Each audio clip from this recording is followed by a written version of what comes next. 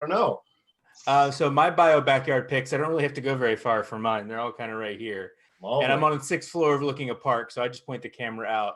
There's Perfect. a sea of people. That's my bio picks. But I'm going to let you start and take over for our next segment. I'm going to go sit on the couch, watch the TV with my windows wide open. So I'm half inside, half outside, getting the best of both worlds. I like it. That's living the dream. Try my best to do what I can here. So I will let you take over. I'm going to bring in our next guest, sign myself off, and let you take care. Thanks so much, Wes. And yeah, it looks like we're joined by the Turtle Hospital, which is super exciting. Hi there. Hi. How you doing? Nice to have you. Oh, this is so much fun. We've been like humming along. I think we've done 40 programs already in the last day and a half. People have tuned in from 90 countries so far, Teresa. That's impressive. It is awesome. And by the way, it's so nice to see your face. So for everyone tuning in, we have done 50 plus programs at the Turtle Hospital with Exploring by the Seat of Your Pants over the last years. But I'm always checking out the turtles. And I know we're going to dive in with that today. And I'm really excited to see them. But I am excited to see you too. And real pleasure that you could join us today. Because the turtles are the best part. Because you didn't come here to see me. Came here to see them. Fair enough, but you are such a great interpreter. And so we're going to dive in with a little bit of an introduction in a minute. But before we do, I just want to note for everyone tuning in at home, so the Global Bio Festival is free. Everyone can join in. Again, over 90 countries have watched over the last day and a half, and we love having you in. But we are trying to raise money for 6 amazing conservation organizations, encouraging donations all around the world. And so today we have done 4, this is our third of 4 virtual field trips for the organizations we're helping support. The Turtle Hospital has been our longest lasting partner here at Exploring by the Seat of Your Pants. Again, over 50 programs in the last few years, rescuing, rehabilitating, and re-releasing injured sea turtles. Teresa is going to walk us through today, showcasing the amazing animals involved at the Turtle Hospital, and in one of the most beautiful places in the world, where it's even a little warmer than it is here in Toronto, and it's pretty good up here. So, Teresa, without further ado, I'll turn it over to you. Thanks so much for joining us today. Well, great to be here. And it better be warmer down here than it is up in Canada. Why we like living down here. But enough of me. Time for turtles. Let's see. Switch camera. So we're going to start here. This is our newest little turtle. She just came in Thursday night. So it's barely been 2 days. She's a little juvenile green sea turtle. And they're one of the more common species that we get. But you might notice that even though she's called a green sea turtle, that she's not actually green. But she gets the name green sea turtle because they're primarily herbivores. So in the wild, they eat lots of seagrass and algae. Here, they get romaine lettuce, kale, green peppers, all that green stuff. But they eat so much of that green stuff that their fat, their insides turn green. So it's kind of like you are what you eat. But she came in because she decided to eat the wrong thing. She was out there hanging out Thursday at kind of late afternoon, and she ate what she thought was a good little bit of food. Turned out it was a fish hook. So these lovely people on their boat out fishing thought they hooked this big, massive fish, roiled it in, and turns out to be this little 7-pound turtle.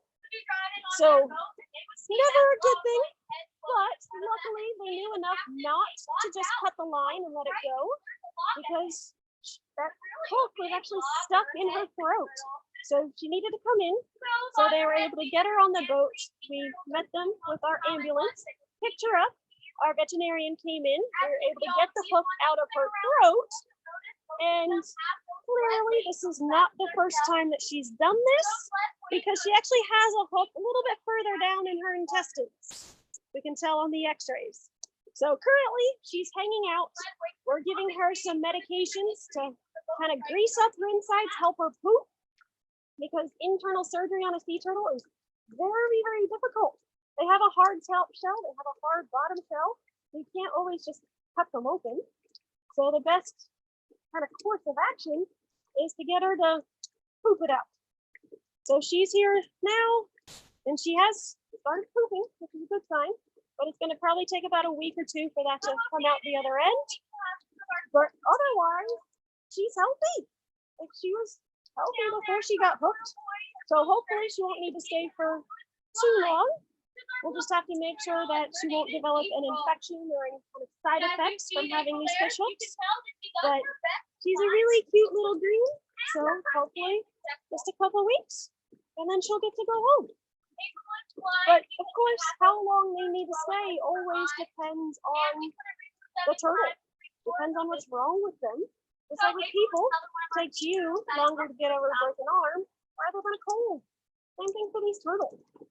A good chunk of our turtles that we get in every year are like Birdie. So Birdie here is another green, but she came in with tumors. Its tumors are something that these green sea turtles get. It's a virus called fiber papilloma caused by water pollution. So it causes tumors to grow on the soft tissue. So their neck, their flippers, their eyes, which of course makes it very hard for these turtles to see or to swim. And if you can't see and you can't swim, it means you can't eat. So they have to come in, and again, we do surgery, and we can remove those tumors, kind of give them a chance to heal and recuperate, plus also give them a chance to get stronger, make sure that they build up the antibodies, and eventually build up an immunity to that virus. And then once they are completely healthy, then they can be released. But at the moment, she's just kind of hiding, hanging out down there at the bottom. And that's why she actually has those little PVC pipes. Those are toys, kind of obstacles enrichment devices for her. Because in the wild, they're used to having rocks and ledges and reefs, little things that they can hide under or sleep under, rub their shells up against. And it looks like she's going to demonstrate for us. Because they do have nerve endings throughout their shell. So they can feel things on their shell. Think about rubbing your fingernail. That's what they end up feeling. And finally coming to come up for a breath of air. Sea turtles are conscious breathers. So every time they're under the water, they're actually holding their breath. They have to think to breathe. So they're not like us. They don't do it automatically. It's just that they can hold their breath a lot longer than we can. When they're sleeping, sitting on the bottom, not expending any energy, they can hold their breath up to about 5 hours. So definitely a lot longer than we can. And then when they're actively swimming around and feeding and swimming, be anywhere from a few minutes to about an hour. Just depends on how active. But Birdie's a pretty cool turtle. She'll be with us for a little while. And then some turtles, we'll do our next newest. Matthew is one of our bigger turtles. She's about 200 pounds. So she is a beast. But Matthew here is not a green sea turtle. So the greens are one of the more common, but our other common species are turtles like Matthew. She is a loggerhead. So loggerheads get their name because they have a really big, huge head. Because it used to be the old ships used to come through the old shipping channels. They see these turtles come up for air, they'd go, log ahead. And so the name just kind of stuck. But she just came in Wednesday night. So we've gotten in 2 turtles this week. So it's been a very busy turtle week. But I think it's because we ended up releasing 3 turtles on Monday. It always seems to make up for that. But Matthew was found floating. And so floating in a sea turtle is not normal because the only time they ever should be up at the surface is to breathe. But they eat at the bottom, they sleep at the bottom, they do everything at the bottom. So the fact that she was floating, not a good sign. So she was also covered in algae and barnacles. Her shell was a mess. We've cleaned it up a lot, but still slightly a mess. And so that's kind of a sign, an indication that she's been floating for a while. So this isn't something new.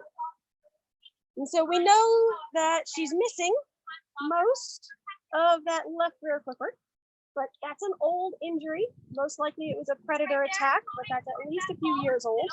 But then also on that very back end of her shell, she also has an old boat strike. But again, that's an old injury. That's fully healed. She just now has a scar. When we did x-rays, she has a slight blockage in her intestines, but not a massive one. We wouldn't think that it would cause this amount of floating. So we're not completely sure what it is. So we're kind of treating her. She's getting antibiotics and fluids, as well as the gas meds and the intestinal meds. But good news is that she is eating on her own. Always a good thing with these larger turtles. So we're waiting to see if she's able to poop out everything that's in her intestines, make sure she gets rid of that gas. And hopefully at that point, the floating goes away.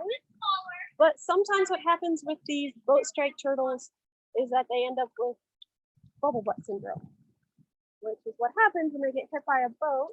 And the force of the boat strike will sometimes cause air to get trapped, causes nerve damage, which ends up meaning that these turtles float, which can't supporting sea turtle. So if she does end up with bubble butt, we try everything and she still continues to float, and it is bubble butt. At that point, that's when she becomes a non-releasable turtle. So we're really, really hoping that it's just the impaction and it's the intestinal gas, because we don't want to have to keep her if we don't have to. Our goal is always to get these turtles out there back into the ocean. And that's one of the kind of perks of the Keys, is that we are surrounded by ocean. That's why the sea turtles like it down here so much, because there's lots of food, it's lots of warmth, kind of everything that they need. It's also why we like being down here in the Keys. But once they get healthy, then we kick them out. We only keep them if we absolutely have to. So if we know that they're not going to survive on their own in the wild, that's when they'll stay with us. So they get to hang out here in our big pool. And so our main tidal pool here, it's connected directly to the ocean through a few grates. So it is tidal, has a rocky, sandy bottom. There's fish. So it's pretty much as natural a pool as we can possibly make. And so that they're a little bit more of a natural habitat for them. But a lot of the times they like it because they get to hang out, be a little bit more natural. They don't get to have to deal with us nearly as much, which is kind of a good thing because they don't always like people and we don't always want them to like people. We want to make sure that when they do get released, that they're not going to have any problems being released. But luckily, the sea turtles, all of their knowledge is instinctive. So the moment they're born, they're on their own. They already know everything to do. So even when you get the little guys, that's little Lucy. This is Ethel, not quite year-old yet. So see, a little bit bigger than my hand. They're just a couple pounds at this point. So these are two little loggerheads. When they grow up, they'll look like Matthew, but they're part of what we call our Head Start baby. Because the sea turtles, they are an endangered species. So loggerheads and janes are considered threatened, but the other species are all considered critically endangered. So we want to help them. Kind of our entire goal of being here is to help as many of these turtles as we can, get them back out into the ocean so that way they can make their own babies. But with sea turtles, when they start off and they're babies, they're only about 2 to 3 inches long. So they're tiny. Everything wants to eat them. Birds, fish, sharks, you name it. So by kind of giving them a chance to be here for about the first 2 years of their life, we can give them that chance to grow up, get a lot bigger, maybe about 20 pounds. So that way, by the time they do get released, they'll have a much better chance of survival. Because not as many things want to eat them at that point. And luckily, because all of that knowledge is instinctive, they still know how to survive on their own in the wild. They don't have to have that mom or dad teach them what to do. Plus, they're super cute and adorable, and it gives us a chance to kind of see how they grow. Because if they were in the wild, they'd be offshore in the floating sargassum seaweed, which is where they spend the first few years of their life. Because it's food, it's camouflage, it's everything they need. And then a few of our non-releasable turtles. And so even though sea turtles are solitary in the wild, so they do not travel in groups, you can put them together. They tend to just ignore each other. But most of our non-releasables, this guy here, this is Crook. Most of these guys have bubble butt. These bubble butts are the most common reason why they need to stay, but we want to make them a little bit more comfortable while they're here. We don't always want them to be floating. Get a little crick in their neck that way. So here we give them lead weight on their shell. So Croc has those little gray circles on his butt. So that way when he wants to, he can go down to the bottom and go to sleep. It's just that eventually the weights fall off. So then they're back to floating. So even with the weights, they still cannot be released. Because once you release a sea turtle, they're not ever coming back, especially not for a checkup. Same thing here with RT. Now one of our non-bubble butts. This guy here in the corner, this is April. April is blind. He came in April 1st, 1991. He's been here for a while. But he came in with tumors covering both of his eyes. And in the process of removing those tumors, he lost most of his vision. So April can see shadows, but not well enough to be released. So we've got him trained to come to a sound for feeding time. We'll use a pair of tongs. We can feed him. So as long as you don't go moving around this environment here, he does really well. Just like having a blind dog or a blind cat as a pet. He likes to stick to the edges. He doesn't like to go too far into the middle where he doesn't know what he's going to run into. And then right next to April, running into him. Sometimes they just ignore each other. Is Montel, named after the talk show host, because he came in with a lot of drama. He's been hit by a boat, bit by a shark, entangled in fishing line, and he's had tumors. So pretty much everything that could possibly happen to a turtle. But Montel now only has 2.5 flippers and 1 eye. So Montel is not very fast. In order to be released, they need 3 full flippers. Think of a 3-legged dog. But with only 2.5 flippers and 1 eye, he's not fast enough. So cannot be released. So he gets to hang out here where he doesn't have to worry about the boats or the sharks or even finding his own food. He can just kind of do his own thing. But I think it might be time for questions. Well, fantastic. Thank you so much, Tammy. And I want to stress again, I know you just covered it, but for people tuning in at home, can you walk us through what happened to Montel again slowly? Like this is one turtle that has had hit by a boat, yes? Yes, hit by a boat, bit by a shark, entangled in fishing line, and he also had those tumors.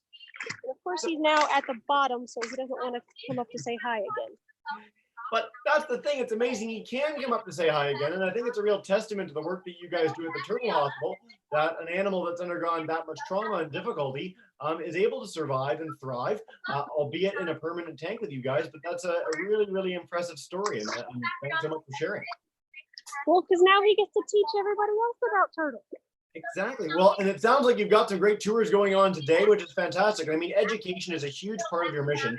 And this is something that we've done with you for several years. But could you tell our audience how many turtles have come into the hospital since you guys opened and how many you've released into the wild? Well, typically average about 100 turtles that come in every year. So on our average, we typically have between 35 to 50 turtles at any one time. So we've been here since 1986. In that time, we've released over 1,600 turtles. 1,600 turtles. And again, these species are endangered. They're in trouble. We've covered turtle conservation in some of our other programs throughout the day, but there's no organization that does anything quite like yours.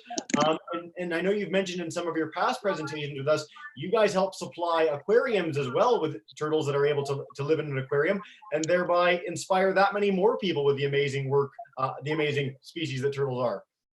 Well, yeah, because sea turtles are an endangered species, if a zoo or an aquarium want a sea turtle for their exhibit, they can't just go out into the ocean and take one. They're going to have somebody that is already deemed non-releasable. Yep. So if we just continue to keep all of these non-releasable turtles, we'd eventually run out of space. Right. So some of them will stay with us, but some of them will eventually end up at those zoos or aquarium because that gives the chance to teach so many more people. Outstanding. One of the things over the last day and a half that's really been a central feature of all our programs is this idea of community-based conservation. That if the local community is vested in a project or an idea, that really contributes in a huge way to ensuring that it's a long-term success. And you guys have partnerships with, everyone in the area in the Keys knows about you and knows to bring you guys into sea turtles. How did you develop those partnerships? Who do you work with outside of individual fishermen and recreational boaters? Well, part of it is just that we've been here for so long. We've been a part of the community for 30 years. Yeah. So that has a lot to do with it. But a large part of it is helping each other out. Yeah. And so one of the things that we do is that when somebody rescues one of these turtles, as a thank you, they get to name it. So that's why some of our turtles have some very strange names. So that way they are kind of connected. So that way they can call us or visit these turtles and say, hey, how's Coasty doing? Or how's Coco doing? And for the connection. But we're also very involved in the community as well. We do outreach events to all of the local schools when they're open, but also to all of the local festivals and things like that. So we're always out and about because we want to teach people. So the more that people know, the more they're willing and able to help. And that's just a big part of it, is just the knowledge and the education. It's a beautiful tie-in. I think it's so nice to have the opportunity to share what you do in such a meaningful way. Or if I lived in the Florida Keys, if I saw a turtle, you guys would be my first place to come to, which is fantastic. That sort of thing takes a lot of time, a lot of trust to develop, but it's led to some really amazing concrete action. Again, 1,600 turtles released since you guys were founded, and huge kudos to that. Now, speaking of education, we have a few questions from kids coming in on Slido, so I want to share those with you. Andreas wants to know, does pollution affect the turtles? And this is in general in the area or in general in the world? Yes. So with especially the tumors that we saw on Birdie and what Montel had and April had, that seems to have kind of an environmental aspect, which typically runs to water pollution, things like runoff. So even pollution that you can't really see, just things that make the water dirty. But even the bigger things like the trash and the plastics, we get a number of turtles every year that come in entangled, whether it's fishing line or trap line, or even things like balloon ribbon. And then of course the turtles that end up eating this stuff. Like Vic has a fish hooks in her gut. Matthew has something in his intestines that blocked him up a little bit. But these turtles, they don't always know that they're not supposed to eat things like plastic bags and balloons. They just think, hey, that looks like a jellyfish. I love jellyfish. And they chow down, and then it makes them sick. And so when you get a turtle in, the moment you get it in, it's brought in by a team of fishermen, how do you assess it to understand what's going on with it? And how long does that process take to decide whether you're going to do surgery or if it can go straight to a tank? Or walk us through it a little bit. Well, that, of course, depends on the turtle. Yep. Like we know a little bit as to what the behavior of the turtle was in the wild, like what made that person think that turtle was sick and needed to come in, whether it was because that they see the boat strike, whether it was floating, spinning in circles, just whatever it was doing. So once they come in, then we have to do all the diagnostic tests. So we weigh them, we measure them, we do a little physical, but then we also do x-rays and blood work, because sometimes it's not just one problem that we have to fix. Sometimes they're like Montel. And so, yes, you can tell on the outside that, oh, that turtle was clearly hit by a boat, but then inside you see, oh, well, he was probably hit by the boat because he was floating because he has the impaction. So in most cases, we have multiple things that we have to kind of treat. And so we always go kind of on a scale, figure out what's kind of most severe, what can't wait. So that way, if we need to, we'll do kind of emergency surgery, which is what we did for Vic. She came in Thursday night. First thing Friday morning, we did surgery because we had to get that fish hook out of her throat. Because while that fish hook was in her throat, nothing else could pass. So if we tried to give her oral medications or food, it wasn't going anywhere. Yeah. And so things like that, a lot more kind of severe, more time sensitive, whereas turtles like Matthew, his injuries that he had were all clearly older. His biggest problem is the floating, so put him in a tank, give him some meds, and give him a chance to poop. So this ties in nicely with sort of our purpose here with the Global Biodiversity Festival. But you know, to do these X-rays, to do these surgeries, to feed these turtles for so long in many cases, this must take a lot of funding. So how do you guys operate? How does the Turtle Hospital stay doing the great work that it does? Well, we are a 501c3 nonprofit, so we're funded by everybody that visits. We are open to the public. We have just recently opened. We're very small groups at this point. But everybody that visits, we also do adoptions, we do memberships, donations, and then even just our gift shop sales.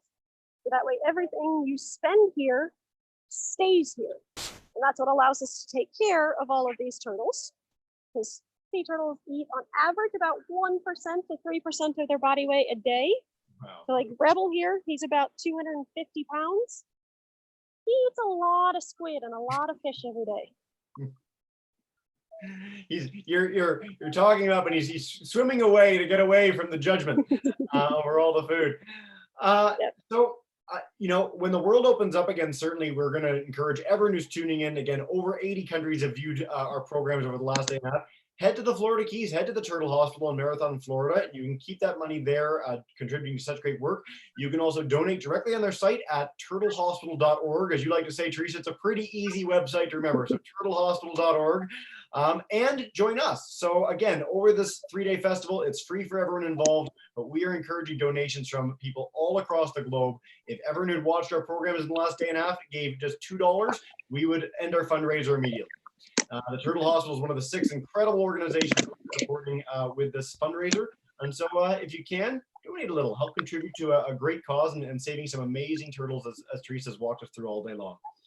Teresa, is there any last message you want to share before we dive into our next presentation about how people can learn more, get as excited about turtles as you are, or anything you'd like to share to wrap us up? Just that turtles are awesome. And the things that we do to help save turtles will also help the rest of the oceans and the rest of the animals as well. So they're all interconnected. It's always a good thing to remember. Interconnectedness is something that seems to come up in every one of our presentations. And I think turtles are awesome should actually just be our slogan for some of the programs we do in the future. Maybe Joe's just joined us before our next presentation. What do you think, Joe? Turtles are awesome? I think we can work with that. How you doing, Teresa? Hi. Good to see you and some of your crew. Well, we love teaching people about turtles.